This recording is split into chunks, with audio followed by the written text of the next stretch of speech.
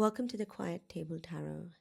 If this reading found you today, just know that there's probably something here for you. So take what resonates and leave whatever doesn't. And if you feel called to, please like and subscribe. So today's reading is a total lunar eclipse in Virgo reading, which is also a full moon, the worm moon. So breaking that down, if you look at Virgo energy, it's all about perfectionism, small adjustments, and practical decision making. And eclipses have this ability to bring truths to the surface. And that combined with the worm moon, which represents preparing your environment for new growth. So the collectively, this would feel like a quiet reset rather than something loud. Um, so yeah, as always, again, take what resonates and leave the rest. And I've already pulled the cards. I've used the traditional deck as well as the chakra wisdom deck. And we'll be running through a few cardinal messages that the collective needs to hear at this time. So, for what the eclipse is illuminating for you, it is shedding light with the Nine of Swords. It's shedding light on stress that you carry in your mind. So, any overthinking, worries, and something about your habits around right after you wake up or right before you sleep, right? These things are weighing you down a lot mentally. And definitely, like most of this is not visible to others, but I'm getting that this is a heavy burden that you're carrying inside of you. It's just like pressures that you might be putting on yourself and things that you feel like you need to do alone, but the universe is saying that you don't need to carry all of this alone, especially not in your head. And you've got the Five of Pentacles, which is all about lack, and your mindset that revolves around struggling quietly, the habit of doing everything yourself, and the feeling of being unsupported. This needs to end. And with that, the Virgo energy in negative polarity can become hyper independent, always fixing, always managing, thinking that, I'm on my own. That narrative needs to end. You are truly not alone as you think, and you don't have to prove your strength by suffering quietly. So that energy, that pattern that is cycling in your environment, that needs to go.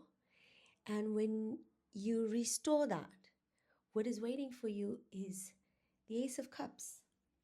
That is what restores alignment, softness. Bring that softness and compassion back into your energetic field. Let yourself feel things, be in a receiving energy.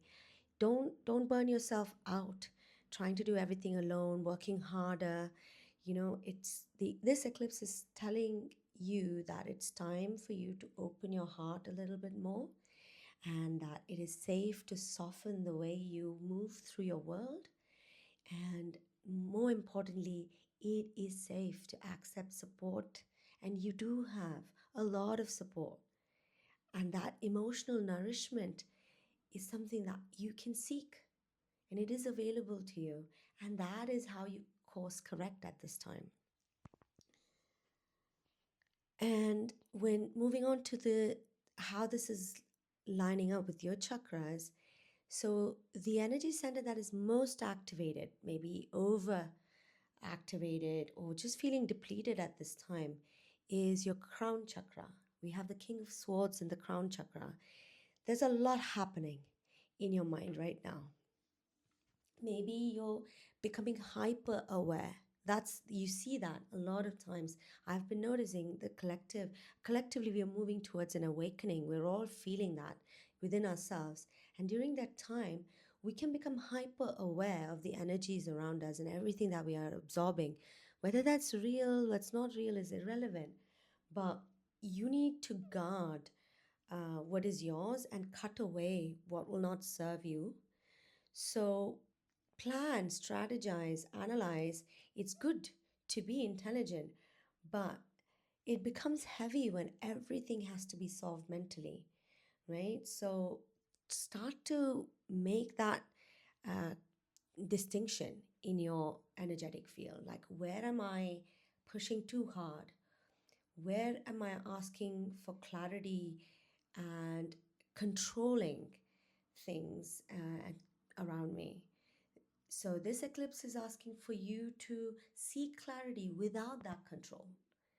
So, it'll take a bit because it's so hard to distinguish which one's which at this time, because it's also existing in your crown chakra, which is right up there, your connection to the source.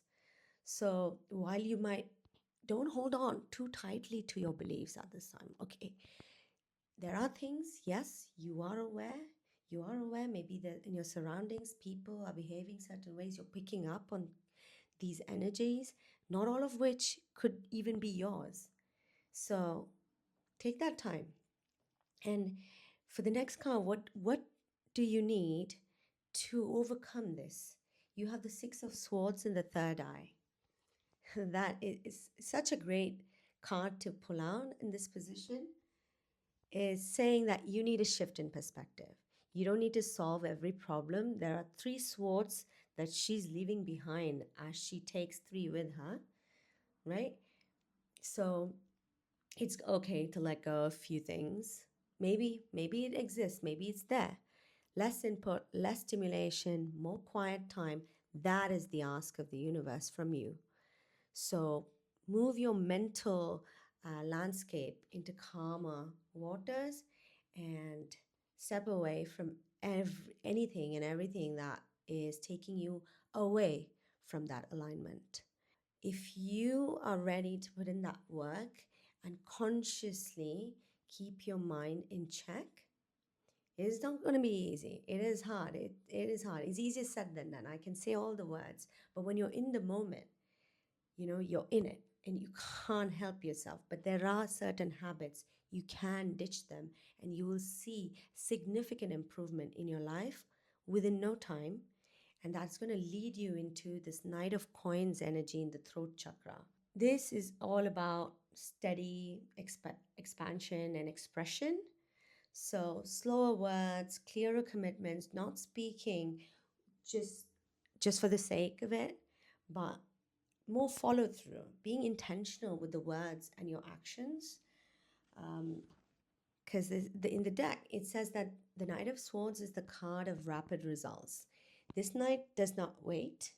So there is intention that has set this motion.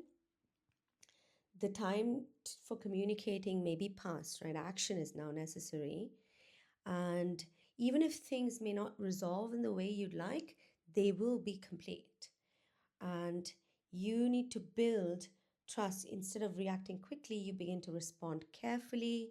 You build trust within yourself and others through consistency. There's just quiet confidence here. You're bringing it all together. You're calling on your angels and revealing the actions that are necessary for your highest good. That is what this reading was all about from the very beginning. In this, I'm getting that right now. You are your only true enemy. You are your only true enemy. And it is time for you to step forward and do the final purge. And that comes from within. So calm your mind, release any anxieties, let go of the silent struggles, and open your heart up emotionally. And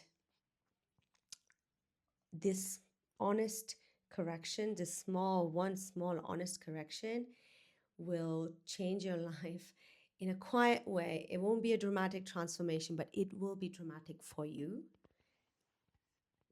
So get into the space, ask yourself, what can I soften here? And go from there. Thank you so much for joining me at the quiet table today. Until next time, choose peace and trust your inner timing.